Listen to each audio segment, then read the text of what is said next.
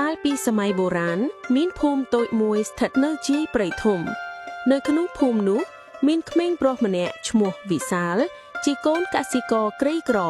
ប៉ុន្តែមានចិត្តល្អសុចរិតនិងគោរពមាតាបិតាជាទីបំផុតថ្ងៃមួយព្រះមហាក្សត្រប្រកាសថាអ្នកណាអាចរកឃើញចង្គៀងពន្លឺមន្តស័ក្តិដែលបាត់បង់នៅក្នុងព្រៃអាថ៌កំបាំងនឹងទទួលបានរង្វាន់ដ៏ធំនិងកិត្តិយស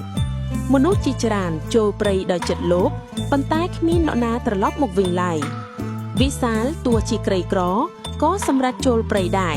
មិនមែនដោយចង់បានរង្វាន់ទេប៉ុន្តែចង់ជួយភូមិឲ្យរត់ផុតពីភ័យខ្លាចក្នុងព្រៃវិសាលបានជួបជីដូនចាស់ម្នាក់ឈឺឈាមគាត់មិនស្តាក់ស្ទើរយកទឹកអាហារនិងជួយនាងឲ្យសម្រាកជីដូនចាស់ញញឹមហើយនិយាយថាចិត្តល្អរបស់កូនគឺជាគន្លឹះនៃពន្លឺពិតប្រាកដភ្លាមនោះជីដូនបានបំលែងខ្លួនទៅជាទេវតាហើយប្រគល់ចង្គៀងពន្លឺឲ្យវិសាលចង្គៀងនោះមិនភ្លឺឲ្យភ្លើងទេប៉ុន្តែភ្លឺដោយសេចក្តីល្អនិងសុចរិត